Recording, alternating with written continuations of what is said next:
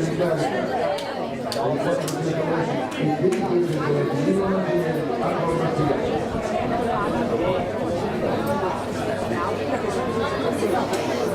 ora 7:30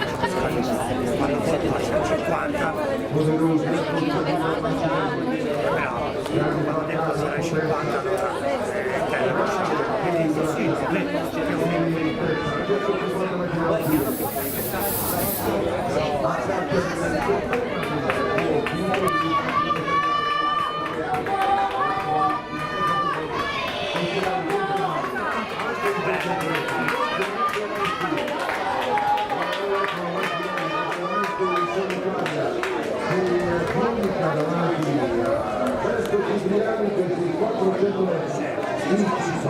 il 56, incredibile.